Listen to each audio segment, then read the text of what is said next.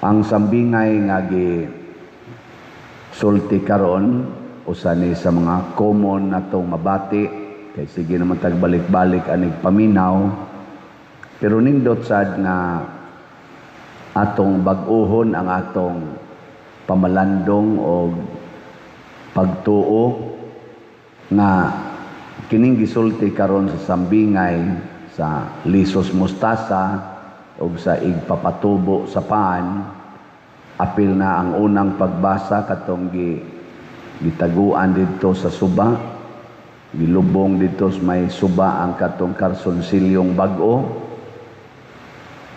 Atog yung hinumduman nga ang maayo o ang dautan sa atong kinabuhi di gyud mudiritsog kadako, magsugod gyud sa gamay. Pareha sa kayo kanang masunog ang balay, di gina mudiritsog dako nga kayo, magsugod na sa sigas kandila, magsugod na sa upo sa sigarilyo nga gilabay, magsugod na sa ni-spark nga kurinti, ni-spark nga nasunog na electric fan, kaya pasagdan lang. Ana, maurasad na ang mga buhat nga maayo. Kung sigihan natog balik-balik, ang buhat nga maayo, gikas gamay kayo, magsugod siguro na sa imong hunahuna nga mutabang kas imong isig katao, nya hinay-hinay din kagtabang, primero imong gitabang, tag 1 piso lang, hangtod nahimo ng 10 pesos, hangtod kamao na kang mutabang og 20 pesos, hangtod kamao na kang mutabang og 200 pesos usa ka ticket. Nahimo gyud nga usa ka event, usa ka pista o nakagasto pa ta sa atong adoration chapel, nakagasto pa ta sa atong bell tower, nakagasto pa ta dias gawas, nakapamayad-bayad pa ta sa atong mga charitable expenditures. Ato lang itong ipakwenta, no? Pila gyud ang tanang raffle tickets nga nahalin o giunsa sad nato pag bahin-bahin ang halin. In short, niabot gyud ang ginagmay-gagmay natong tabang og millions.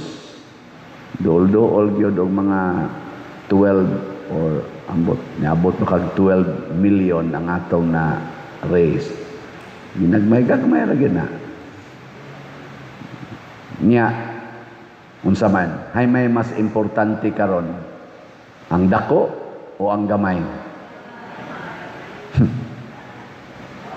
Kusga balik, unsay mas importante, ang gamay o ang dako? Wa mo'y klaro. Sa busa ba niyang tubag? Hay may mas importante, ang pobre o ang dato? Sige. Hay may mas importante, ang presidente sa Pilipinas o ang katawhan sa Pilipinas? Nga hay may mas dakog ranggo, ang katawhan sa Pilipinas o ang presidente sa Pilipinas?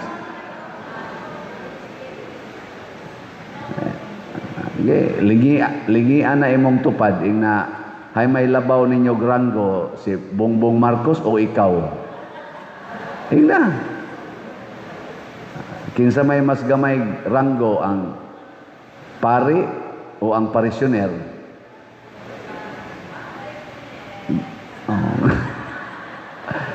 Nga hay may mas importante, ang parisyoner o ang pari?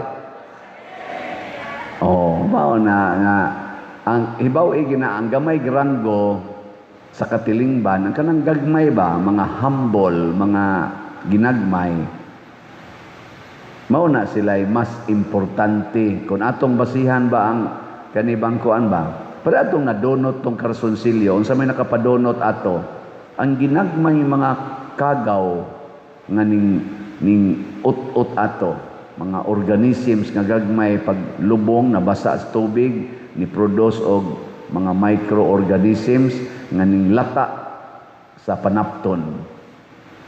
Pareha ng balay, dako kayong balay, lusnoon ra nas anay, pila ra man gikinan-ana ng anay, makapuling ra man na, malagpot ra man gani ng ilang kinaon sa hangin, pero imog yung pasagdan, anang balay nimo, lusnoon ay. Unsa may moral of the story, ayaw gyud kumpiyansahi ang gamay. Parihaan ang imong tupad. wa kunoy dako nga makapuling. Ang gamay jud kunoy makapuling. Unya do na sa diay gamay nga makalumping. Na bitaw tan-awa ang imong tupad. Kanang tupad nimo ba? Pangutan-a siya ina diin gyud ka gasugod. Inanganong nilingkod man karon tupad nako, diin man ka gasugod. Kung ato ginang idig ngadto gyud pinaka primero, tungod ra gina sa sperm cell og egg cell. Usa ka sperm cell og usa ka egg cell matud pa sa siyensya. Nya motuo ta ana kay wala naman na lalisa. Konfirmado naman na nga usa ra gyud ka sperm cell ug usa ka egg cell. Ang egg cell gikan sa babae, ang sperm cell gikan sa laki. Ngana, usa ra duha ra gyud sila kabuk nagpares. Unya unsa may mga gidak-on anang sperm cell ug egg cell, kita na mo sperm cell. Ang kinahanglan kag microscope kanang atong mata dili ka kita ana. Kinahanglan na siya magnifier katong lenses sa microscope aron maklaro. Ako wala pa ko kakita ana kay mo ko katan-aw sa microscope. Kinsay nakakita na sa microscope og egg cell og sperm cell ta sa kamot. Kamo kita am mo unsa man nakadagko una. Gagmay lagi. Pero tanawan ang naglingkod nimo gamay pa na. Katako ang naglawas. Lisod na magay naglakaw ang uban kay bugat na kayo yang lawas. Nya kun ato sa nang tan-awon ang kaning mga lawas rong dagko, matud pasad sa siyensya, composed of billions if not trillions of cells. Cells gihapon. Mao bitaw tong pag COVID-19, ang giatake kuno sa COVID-19, ang atong immune system, unsa nang immune system, ang atong mga good cells pamatyon sa virus nga ikamatay nas daghang nga mga cells katong gagmay kayo, ang tibuok lawas mo bag down og mamatay. So importante kay nang gamay. Mao na ingos Kristo ang gingharian sa langit magsugod sa gamay. Pananglitan rog di na ka morosaryo karong adlaw, nga ikaugma din asag ka magrosaryo, ikasunod adlaw din asag ka magrosaryo, moabot yung panahon nga mayawaan ka. Kaya wala naman kay ampo-ampo sa rosaryo. Unsa ra man ang rosaryo, magsigim sa kog simba madomingo. Unsa ang rosaryo? Kaming mga religious, og di na mi mohimo anang among office, ansa na nga na kanang liturgy of the hours, anang morning prayer, at least ba morning prayer, evening prayer, night prayer, mawa na gina namo. Dali kay may masudlag yawa. Kung sa may among gibuhat pag morning prayer, nga nawa man ka morning prayer, nagtan-aw sa cellphone, nagsigi og text, nagsigi og tan-aw og Netflix. Nya, unsa may gibuhat nga nawa man ka evening prayer, nag-inom, nagduwa og scatter. Nga man ka night prayer, hubog naman. So ang giilis sa mga ginagmay nga mga moments, pila man ginang morning prayer, imo ginang tinod-on, mga 15 minutos, manana, imong hinay-hinayon, pinamunghi kag usa ka word imong inatog maayo, moabot siguro usa ka oras. Pila raman sa nang evening prayer, so 10 minutos, imo nang kilaw-kilawon, okay ra na. Night prayer, 5 minutos, so mana. Wiris-wirisan dag panguros, mana. Pero bisan pag ingon ana, basta imo lang yung hinay-hinayon. Imo lang yun ang permanentihon. Muhatag ginagnindot nga epekto. Parihara sa nas magtiayon. Kanang wakli-wakli ninyo, nga naghikap sa bana, iwaklis asawa, kagamay ragid anang butanga. Di ba? Pero, mo resulta gina pagpangabit. Sige, higwakli. Sige, higwakli. Asawa. Sige. Nya, dito speakers, na magsigig hikap, na magsigig hikap. Nya, ang ikaw, gasigwakli, sigwakli. Nya, ito'y gasigig kablit, sigkablit. Ngayon, saom ni mana. Nya, dahil kag suko-suko. Nganong to na siya speakers. Oh. Katong imong wakli-wakli, katong imong kusmod-kusmod. Bisan ko ginagmay kay, kanang di ka manutbras, igday ni mong tuog. O nya, magduol inyong bakba, lain nagkikagbaho. Di ka na mo, kanya dito speakers, na humot kay dito. Nga ikaw, na kay kaligo. Mana? Kagamay anang butanga pa, gamay lagi. Pero ay kumpiyansa. Ug maorasan na ang pagpangawat.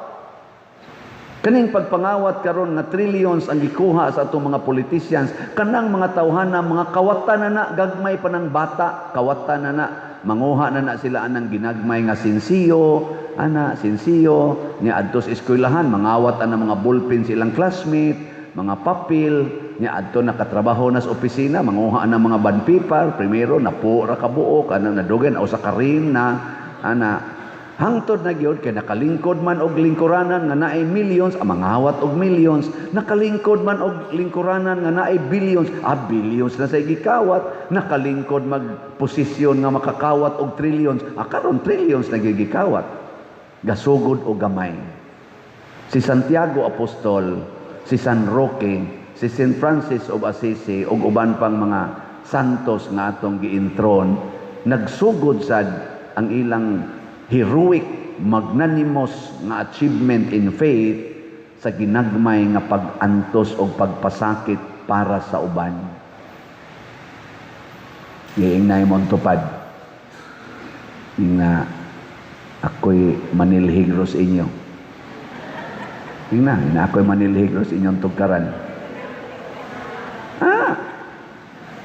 Nga maanad ka ng serbisyo. Purting nindota. Moabot ang panahon nga dili lang ka manilhig sa tugkaran. Imo nagyong limpyuhon ang tibuok syudad kay nahimo naman kang mayor.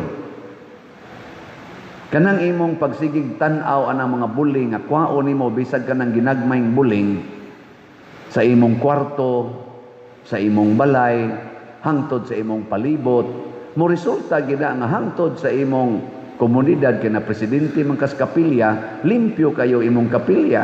Nya nahimo man kang pare, limpyo sad imong parokya. Di ba?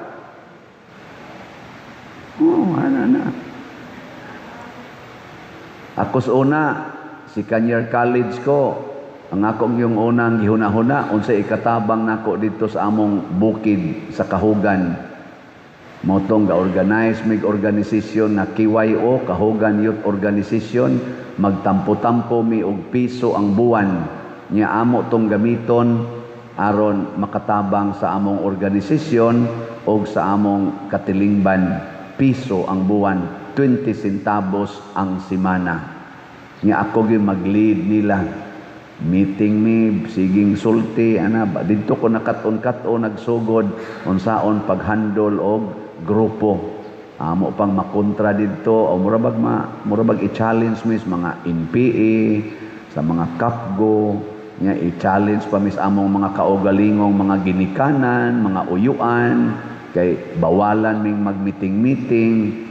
Nya after 1 year, 1984 mamigasugod, mga November, pagka almost 1 year after, nahimo ming choirs Guadalupe, among gitara, among sulob, chinilas, wa mi dawata simbahan primero, mga 2 ka tuig, wa mi dawata, kay dito mi gibutang sa Langobs Guadalupe, kay dito man tong Langobs Guadalupe sa kakahuyan, na ilangob dito, mamo sa naong, mura sa mga unggoy, kay gikan sa Miss Bukid, haom kay Miss Langob, nga ka na mga kapilya dito sa Bukid, ngadto sa Babag, Bunbon, nga sa aris mga dapit dito napo ana mga bukid nga kapilyag na misa kami dito mo'y manganta lakaw-lakaw minang bukid pero sige lang yun nahihinay hangtod nakapalit na mig sapatos ana kadto sa mga ladlad ana haron lang yun makasuod simbahan 1987 wa na diha na may simbahan pero wala pa may schedule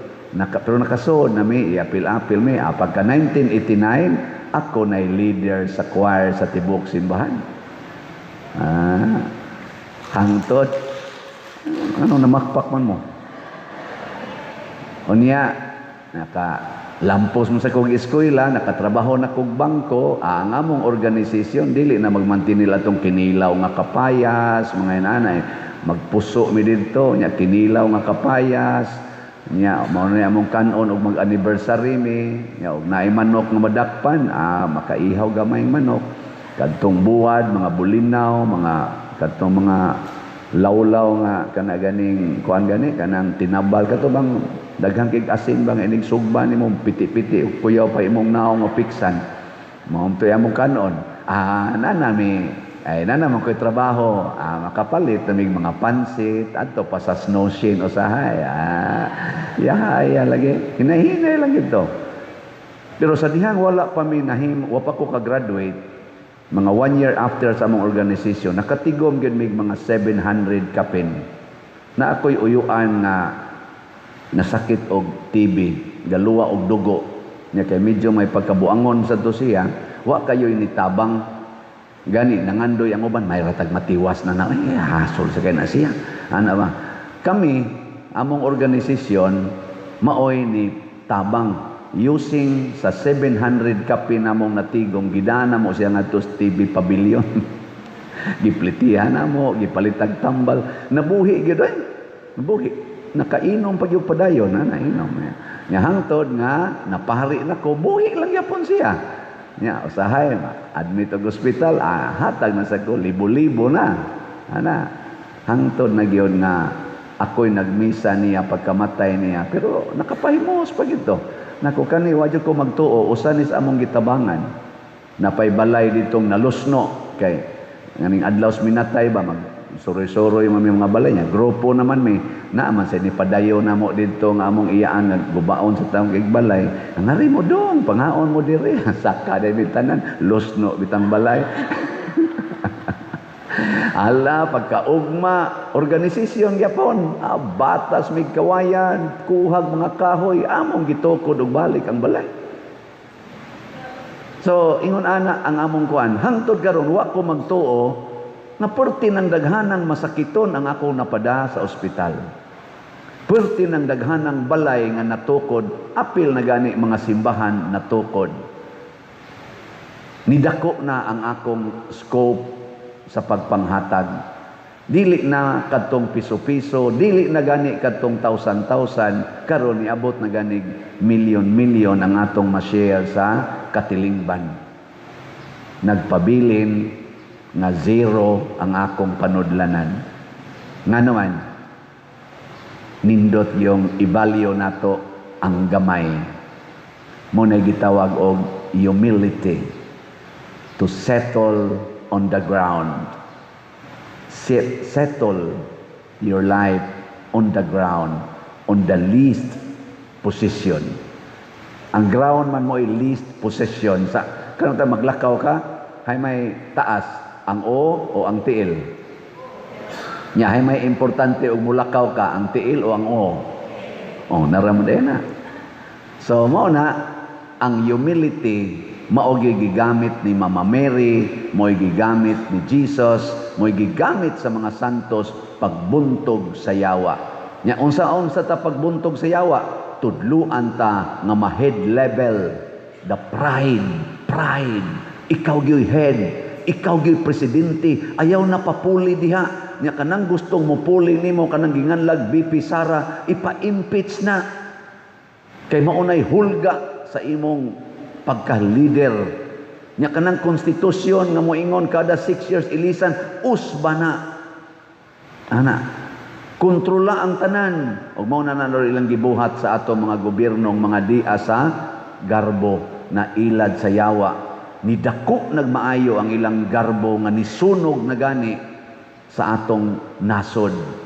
Milusno na sa atong nasod. Thanks be to God. Naapay mga ligon nga mga politicians pod nga nag-alagad sa nasod. Bahalag mapriso sama ni President Duterte, ni Rodante Marcolita, nilang Jinggoy Estrada, Bato de la Rosa.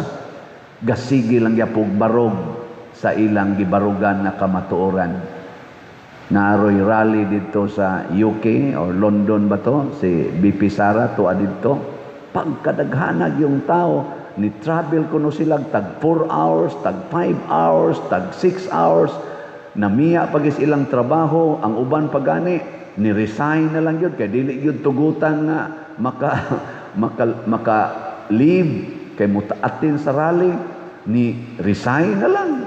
Bahala na lang sa kuno ighuman, mga-apply na lang sa silang trabaho para lang ma-meet si BP Sara. Pero sa dihang ni adtos Canada si Bongbong Marcos, nagrally ang mga Pilipinos nga OFW nga tuwa dito, nagsigig ingon resign Marcos, resign Marcos. Unsa may message ni ini?